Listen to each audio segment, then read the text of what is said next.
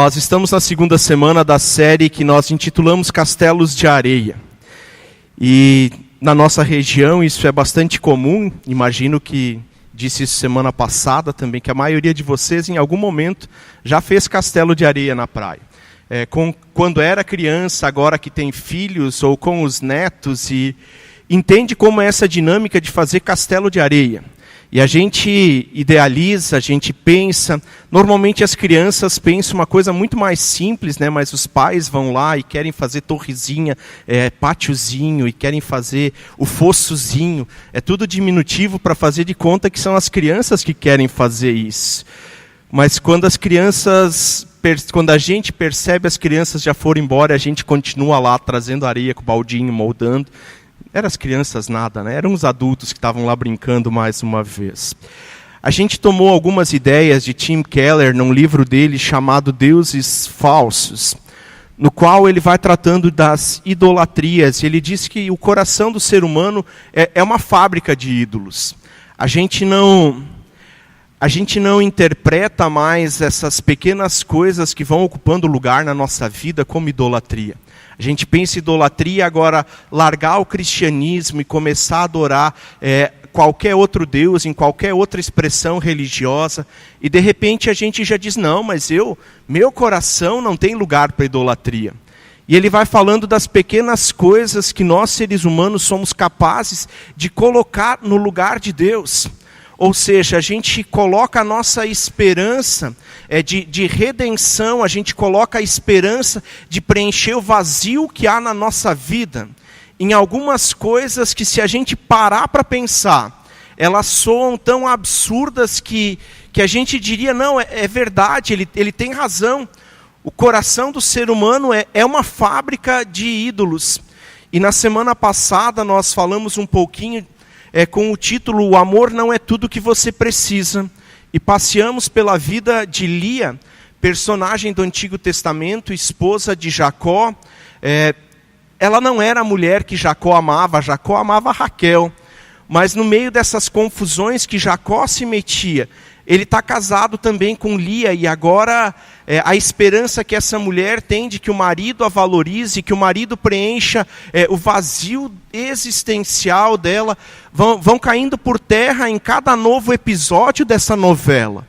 E ela dá luz a um filho e se lamenta diante de Deus por isso. Ela dá luz ao segundo filho e se lamenta. Ela dá luz ao terceiro filho e diz, quem sabe o meu marido vai me valorizar por essas coisas.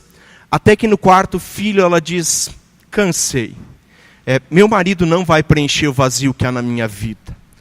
E ela coloca o nome do quarto filho de Judá, onde ela diz, louvarei o Senhor.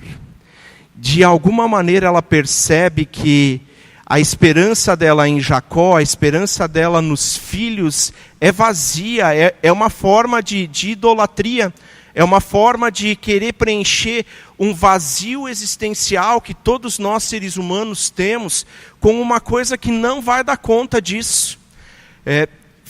Chamam isso de solução romântica. O ser humano que vai se afastando de Deus e não quer mais Deus, começa a olhar para o seu cônjuge como resposta, como aquele que vai resolver todas as coisas. E de repente a gente convive e descobre que não é assim. E alguns menos comprometidos convivem com o primeiro e descobrem que não é assim. E vão para o segundo e não é assim. E para o terceiro. E passam uma vida indo de galho em galho. Porque a solução romântica ela não resolve o problema do ser humano, que é de reatar, de conectar novamente com Deus. Mas isso foi o assunto da semana passada, e se você quiser saber mais, tem que acessar os nossos canais e assistir a pregação que está disponível lá no canal. Foi boa propaganda, né, Felipe? A ideia é essa, agora que vocês acessem lá e assistam. O assunto de hoje ele não é tão provocativo, eu acho, como o da semana passada. Uma vez que o título da semana passada já dizia que o amor é algo que a gente não precisa. Não é bem assim. A gente precisa de amor, mas ele não é aquilo que vai preencher o vazio da nossa existência. O assunto de hoje é um pouquinho mais fácil, eu acho, da gente assimilar. Vai falar do lugar que o dinheiro tem na nossa vida.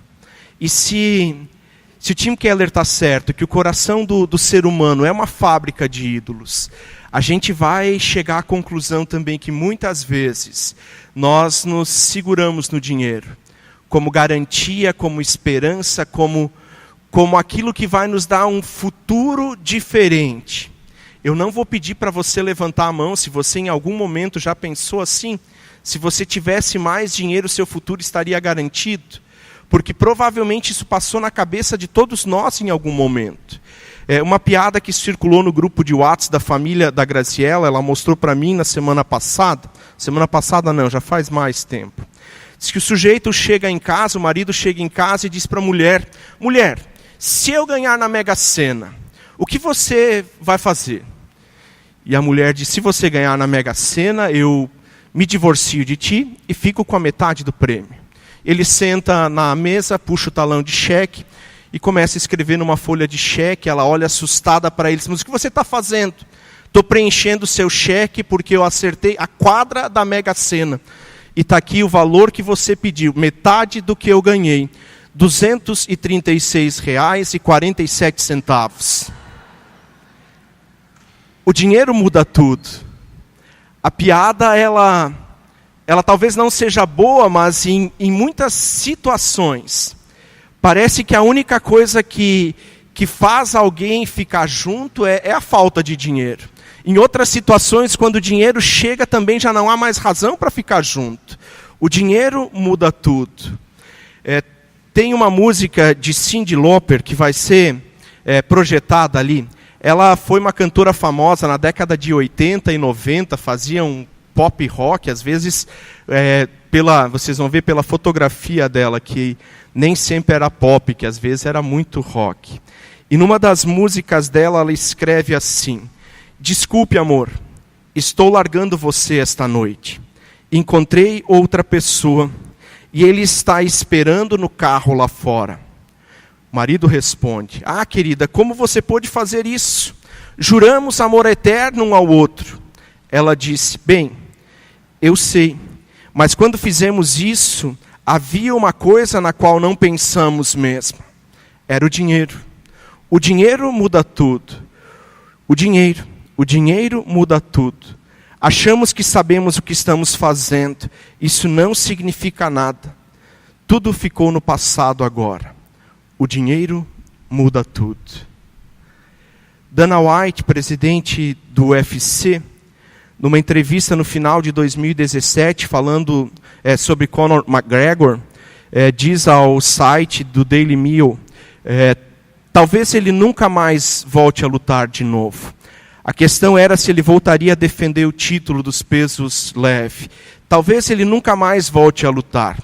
Ele tem 100 milhões na conta. Conheço pessoas que com menos desistiram de seus trabalhos como advogados, como médicos ou como qualquer outra coisa.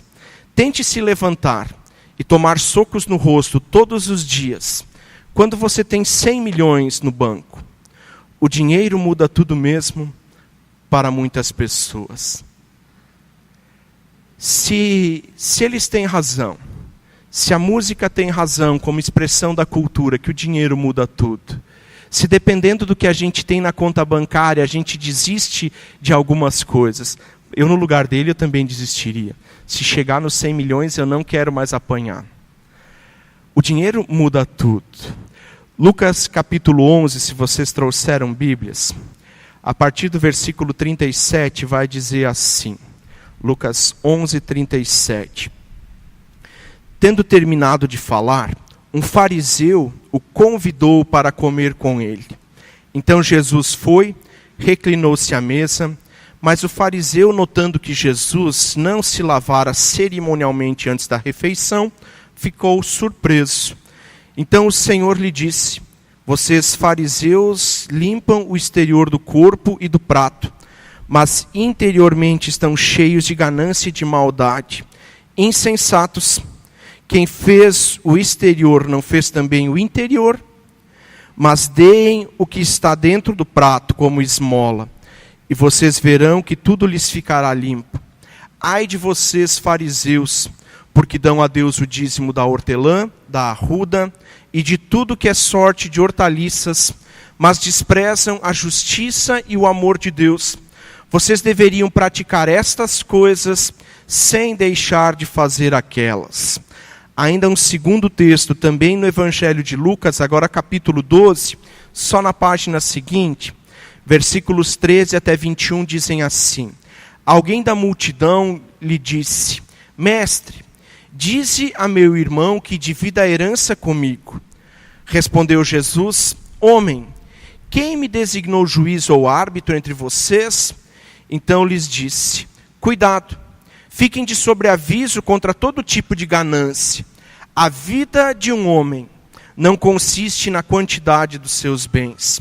Então lhes contou esta parábola. A terra de certo homem rico produziu muito. Ele pensou consigo mesmo: o que vou fazer? Não tenho onde armazenar toda a minha colheita. Então disse: já sei o que vou fazer. Vou derrubar os meus celeiros, construir outros maiores, e ali guardarei toda a minha safra e todos os meus bens. E direi a mim mesmo: você tem grande quantidade de bens armazenados para muitos anos. Descanse, coma, beba e alegre-se. Contudo Deus lhe disse: louco, esta noite mesma a sua vida lhe será exigida. Então, para quem você preparou tudo o que você tem? Nossos dois textos, eles estão entre dois textos que nós conhecemos mais. Capítulo 11 de Lucas começa com Jesus orando, e os discípulos chegam até Jesus dizendo: ensina-nos a orar. E Jesus ensina para os discípulos a oração do Pai Nosso. Os personagens vão mudando ainda dentro desse contexto, e Jesus vai interagindo com outras pessoas. Os nossos dois textos acontecem, e o final do capítulo 12, ou quase o final dele, vai surgir outro texto que nós conhecemos, versículo 34 do capítulo 12, vai dizer assim: busquem, pois, em primeiro lugar o reino de Deus.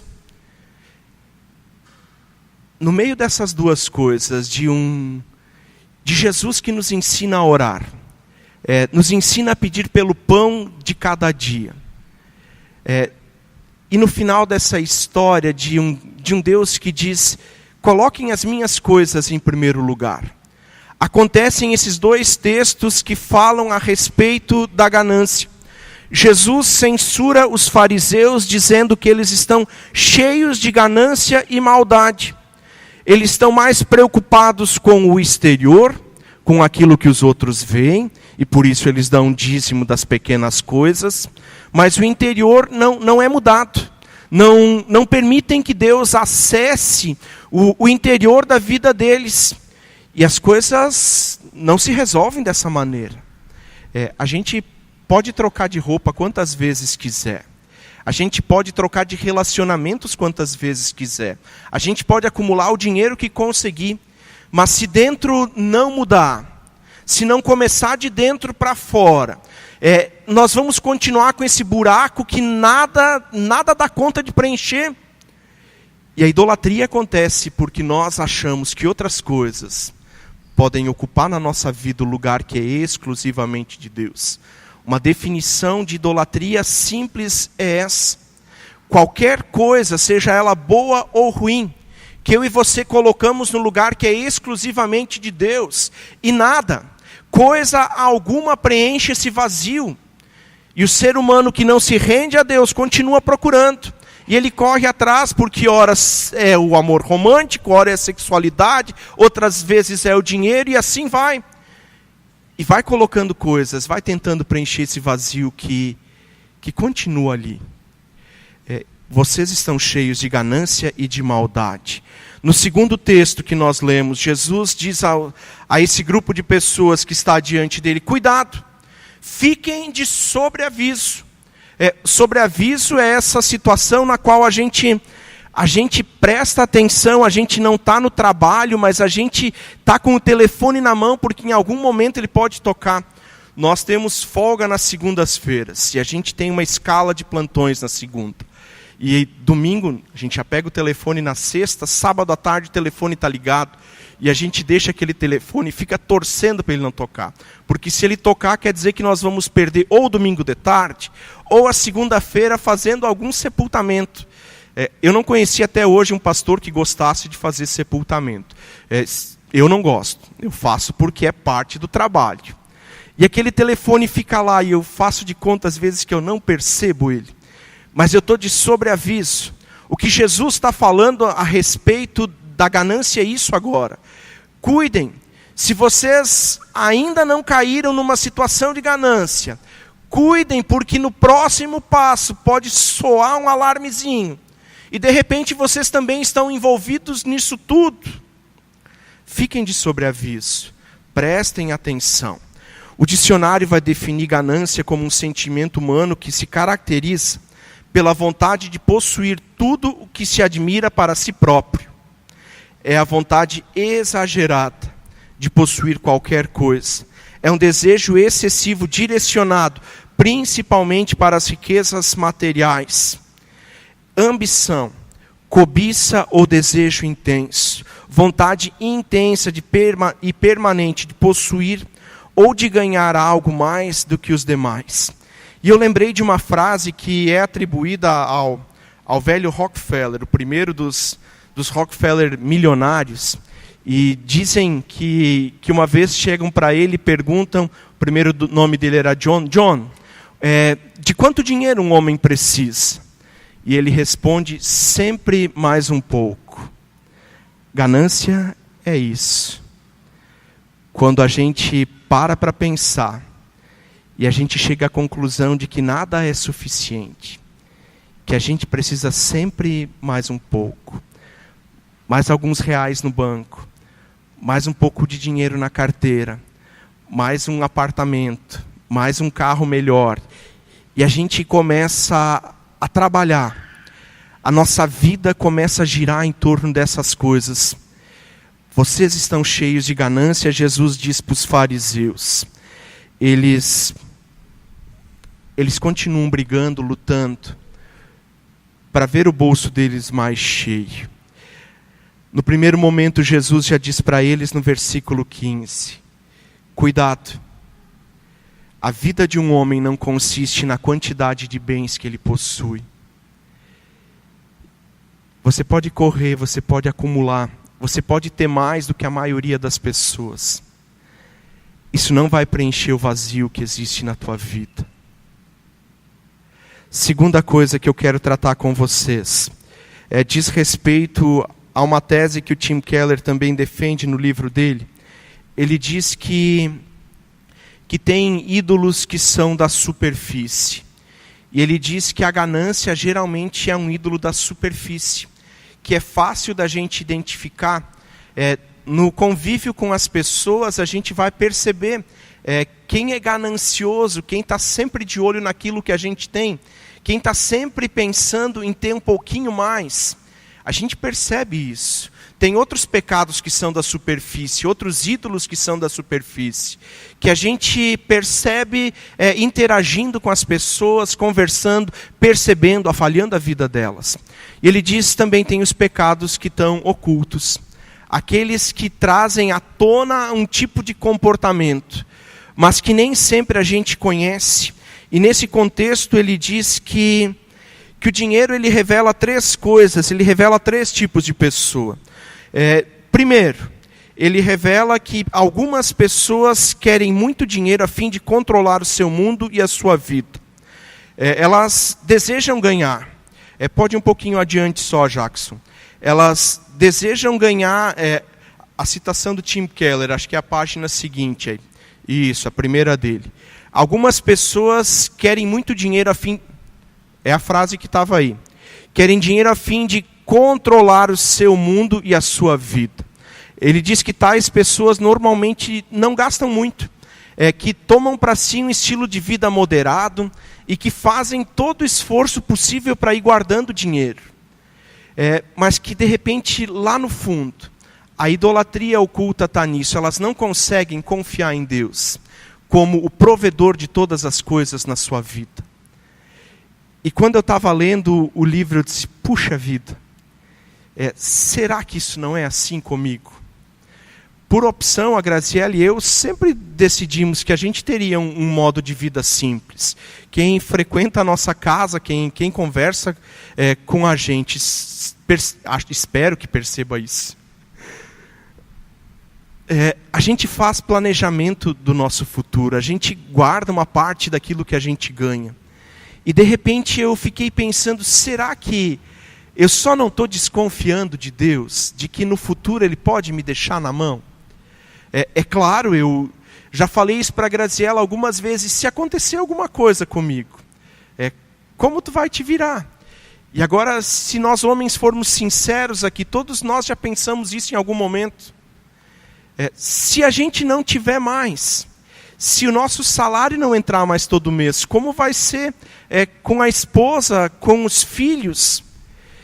E de repente a gente está desenvolvendo um tipo de idolatria que não confia no Deus que diz que vai cuidar de todas as coisas. Ao mesmo tempo, eu ainda não assumi isso como idolatria, eu ainda estou pensando se de fato na minha vida é assim.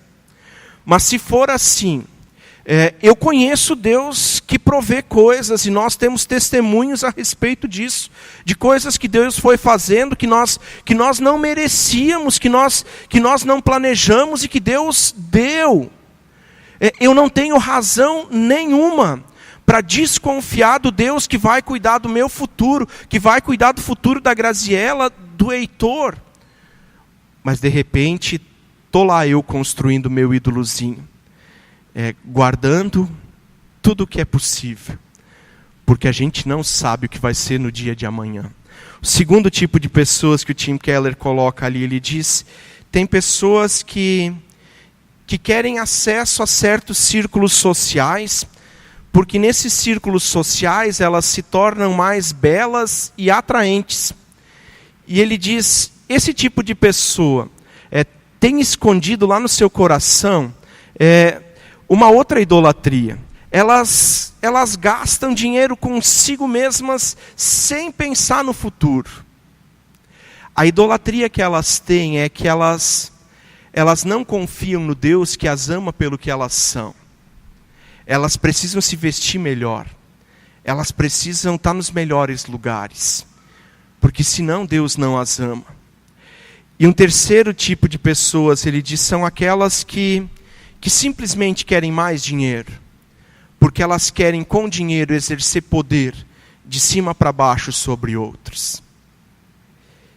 Talvez não seja nenhuma dessas três idolatrias com relação ao dinheiro que são parte da nossa vida.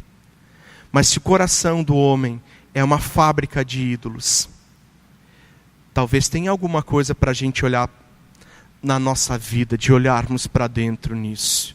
Seja por uma ou por outra razão, o dinheiro funciona como um ídolo. O Tim Keller, ele cita um sujeito, e sempre que em literatura citam personagens, eu vou dar uma olhada na biografia desse pessoal, e ele cita Andrew Carnegie, que foi um grande industrial da virada de 1800 para 1900 nos Estados Unidos. Ele, começando do zero, desenvolve a maior companhia siderúrgica que os Estados Unidos teve naquela época. E ele, a biografia dele não fala coisas boas a respeito dele. Mas quando ele tinha 33 anos, na biografia dele aparece que ele chega a uma conclusão. Ele diz, um homem tem que ter um ídolo. O acúmulo de riquezas é uma das piores espécies de idolatria. Nenhum ídolo é tão degradante quanto a adoração ao dinheiro. Ele está com 33 anos, a companhia estabelecida, e ele chega a essa conclusão. A idolatria ao dinheiro degrada o ser humano. E ele toma uma decisão, que com 35 anos ele ia se demitir da empresa dele, ia se dedicar a outras coisas. A empresa dele tem histórias terríveis da maneira como se tratavam os empregados. Jornadas semanais de trabalho de 84 horas. A cada 2 semanas, os funcionários tinham um turno de 24 horas. Siderurgia quente sempre. E esse homem disse, eu vou me demitir, porque o dinheiro está absorvendo, está fazendo de mim algo que eu não quero ser. Pergunta: vocês acham que ele saiu da empresa aos 35 anos? Não saiu. Porque se o dinheiro é um ídolo que degrada, 2 anos depois ele não tem mais força para manter a decisão que ele tomou. E ele continua na empresa até a velhice, e ele vende a empresa dele por 480 milhões de dólares em 1910. Se nós fôssemos traduzir o valor que ele vendeu a empresa, só com correção de juros para dólar nesse momento, seria talvez 1,55 trilhão. Ele construiu um império. Mas o dinheiro roubou dele aquilo que ele não queria perder. Terceira coisa: fazer essas coisas e sem deixar de fazer aquelas é a orientação de Jesus no primeiro texto aos fariseus. Jesus diz para os fariseus: façam estas coisas, dar o dízimo das pequenas coisas, das grandes coisas. Jesus diz: muito bem, continuem fazendo isso. Mas ele diz: o que vocês não podem deixar de fazer é o que vocês ainda não estão fazendo. No Antigo Testamento, Miqueias capítulo 6, vai dizer assim: o que Deus deseja é isso, que vocês andem humildemente com o seu Deus, que vocês pratiquem a justiça. Eles esquecem dessas coisas, os fariseus, aqueles que conheciam a lei. E agora Jesus está dizendo para eles: não esqueçam o amor, não esqueçam a justiça social. Os fariseus conseguiam agir sem amor em quase todas as relações deles. Eles tinham zelo pela lei, eles queriam que cada pessoa colocasse a lei na sua vida e a lei determinando o seu modo de viver. Mas nesse processo eles esquecem de olhar para as pessoas. E eles ficam apontando o dedo o tempo todo contra os pecados que os outros vão cometendo. Não há amor nisso. A segunda coisa que Jesus cobra deles, a questão da justiça social. Jesus diz: vocês conseguem ver gente passando fome do lado de vocês. E vocês não fazem nada. Quando Jesus diz: deem o que está no prato de vocês, e vocês vão ver que não só o prato fica limpo, mas a vida de vocês fica limpa. Jesus está dizendo isso: chega de dar as sobras. Porque o ganancioso, ele dá a sobra.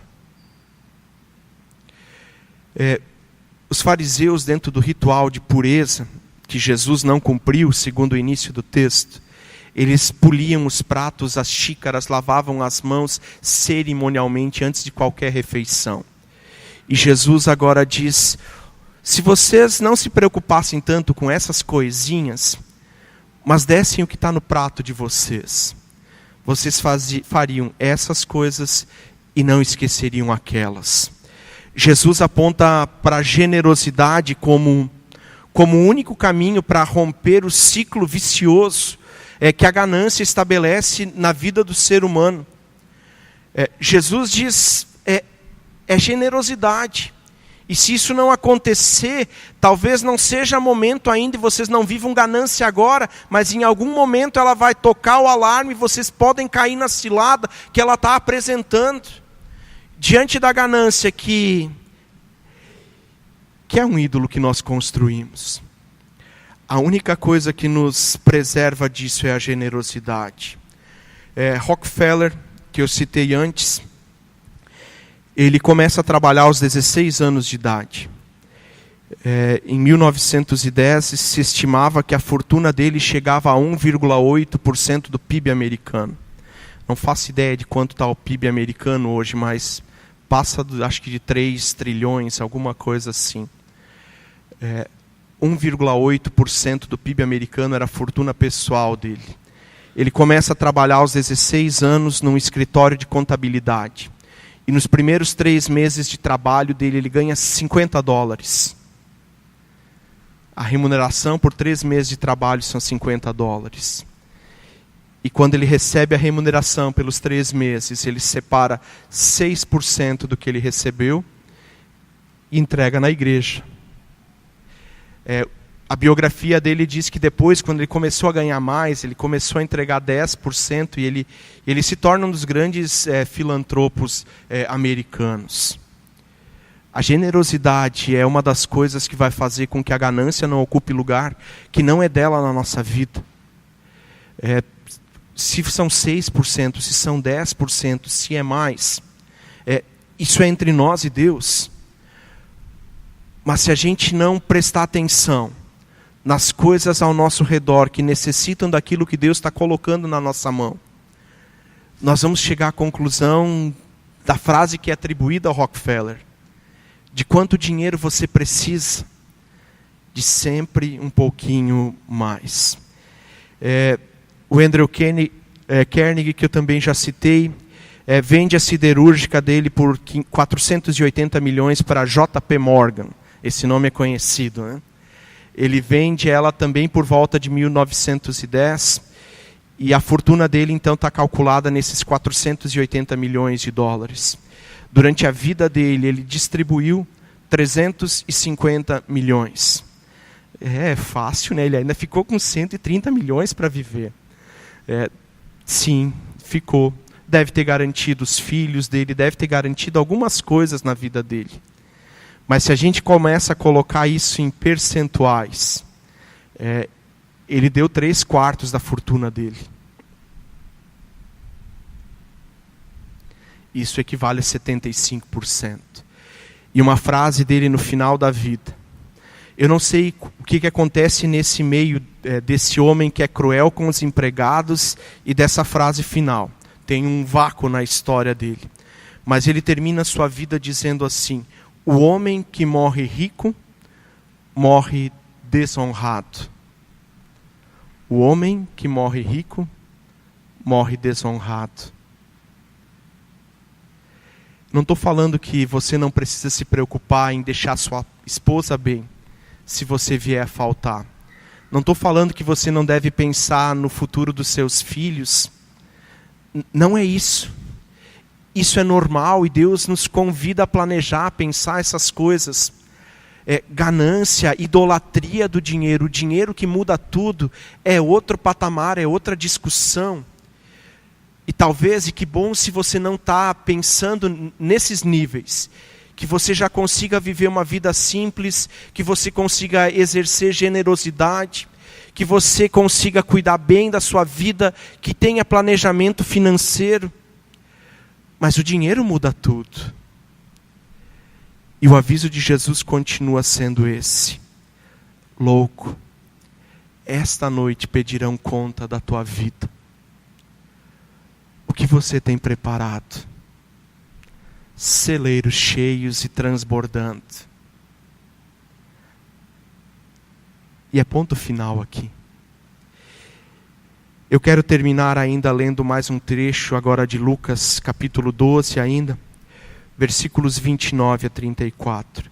Se Jesus diz que a única maneira de nós rompermos com o ciclo vicioso, idólatra, que o dinheiro pode impor na nossa vida, a tentativa que nós podemos fazer de preencher o vazio do nosso coração, ganhando sempre um pouquinho mais, é um castelo de areia que vai cair em algum momento, e você vai perceber que isso também não vai ser suficiente. Se você percebe isso na sua vida, se você quer romper com isso, eu entendo que o versículo 29 seguintes, pode ser quase um mantra que você recite diário e constantemente. 29. Não busquem ansiosamente o que comer ou o que beber. Não se preocupem com isso, pois o mundo pagão é que corre atrás destas coisas. Mas o Pai sabe o que vocês precisam delas. Busquem, pois, o reino de Deus em primeiro lugar, e estas coisas lhes serão acrescentadas. Não tenham medo, pequeno rebanho, pois foi do agrado do Pai dar-lhes o reino. Vendam o que têm e deem esmolas. Façam para vocês bolsas que não se gastem com o tempo, um tesouro nos céus que não se acabe, onde ladrão algum chega perto e nenhuma traça destrói. Pois onde estiver o seu tesouro, ali também estará o seu coração. Siga a nossa comunidade nas redes sociais para receber conteúdo exclusivo, avisos e eventos. É só procurar Comunidade Apóstolo Pedro no Facebook ou Instagram. Ou acessar o nosso site apostolopedro.com.br.